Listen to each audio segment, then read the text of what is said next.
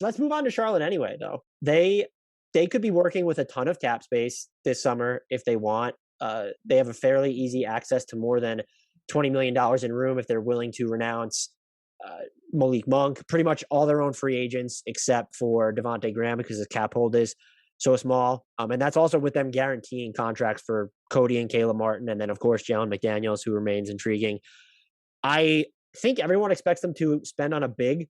I know people have mentioned Jarrett Allen. I don't think he's leaving Cleveland. Maybe if the Cavs draft Evan Mobley, that changes. I love Richaun Holmes in Charlotte, too. I think that's Stop stealing the names I have written down. Well, I think that's sort of the low-hanging fruit. So I won't spend a ton of time on that. But I thought, what I thought about, I don't know why he would go there unless they're going to overpay him, and just looking at their ages.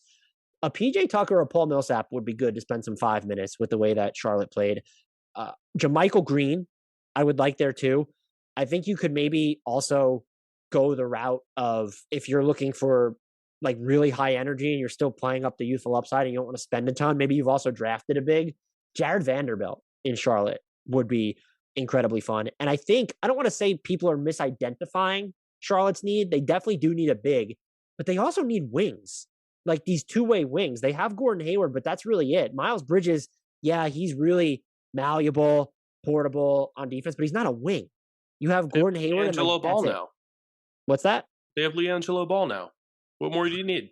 That's right. I retract everything I just said. So I'm just curious just to see, like, do they spend maybe a little bit less on a big, like enter the Daniel Theis mold, or maybe they look at Nerlens Noel, who can still run the floor fairly well, or like I mentioned, one of the veteran names they're like smaller, more contemporary fives, if you want to call them that.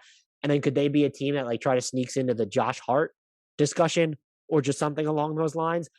I wouldn't mind if they went that route. I just question whether, and I'll throw it to you there on that one. If you're Charlotte, are you looking to spend a bulk of your, let's say a lion's share of your cap space on deepening or let's say diversifying the wing rotation, or are you really zeroing in on that big?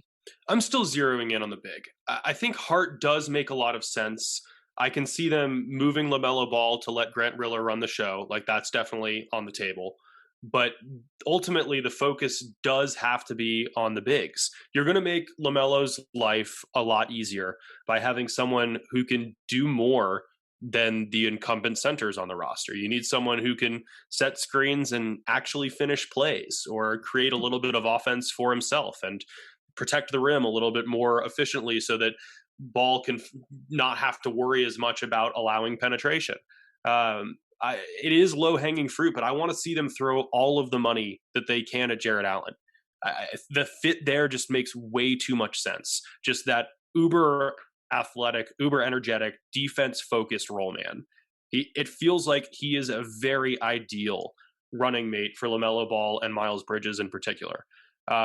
Beyond that, I would love to see them lean more into that youthful rebuilding mentality and make a play for Marvin Bagley now that he's available from the Sacramento Kings. That feels like a really good buy low opportunity, where if you can get him to stay healthy on a team that does have a lot of pieces around him who are growing in conjunction with him, that could be a move that pays off really nicely.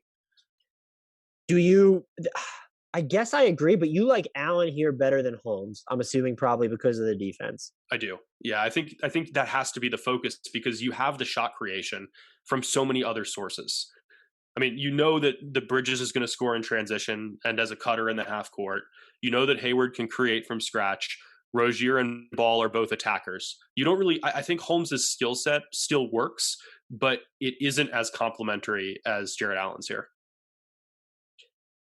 I think that's a reasonable case. I would probably still prefer Holmes if they're going to spend the big money, but Allen is younger. He's better defensively around the rim. He's probably a little bit more switchable there as well, even though I think Holmes is not necessarily underrated defensively, but can do more than people credit him. I still think I'd probably look at the wings first before the big, because I'm always of the mind that you can approximate 70% of what most of the best bigs available can do on a cheaper budget. My one question on them about sort of looking at their incumbent free agents, who do you think is more likely to be back, Devontae Graham or Malik Monk? I already mentioned that they have to renounce Monk to maximize their cap space. They also could just re-sign him, lower his cap hold or whatever, and he was the one that had the better offensive season this year. Yeah, I think Monk is more likely. To come back or leave? To come back, yeah. Just because he is going to score more efficiently than Devontae Graham, where Graham does a lot of good things. He can make deep threes. He can set up his teammates, but he's not a reliable shooter. And Monk seems like a more likely candidate to lead a more efficient second unit. And I say that despite loving Graham's game. I guess I just so expect them to want and to actually use their cap space. I think they wind up keeping Graham. And then they also need, just looking at having Terry Rozier and LaMelo Ball, I think they prefer someone who has a better chance at being the third guard who can lead units without both or only one of them, a Rozier on the court. I still think after the season he had, I still think that's Devontae Graham. I see arguments either way. I'm so curious to see what they do, by the way, as a final thought. Like, is there a chance that they don't spend big on anyone? Yes. I think that there absolutely is. This team could go in a bajillion different directions, and it's fun regardless. I would still kudos to the Hornets for escaping that mid-level, low-level mediocrity that they've been entrenched in for so long. I will say, though, a Michael Jordan-governed team with cap space is still among the most terrifying things for me to think about. What if they bring back Kwame Brown?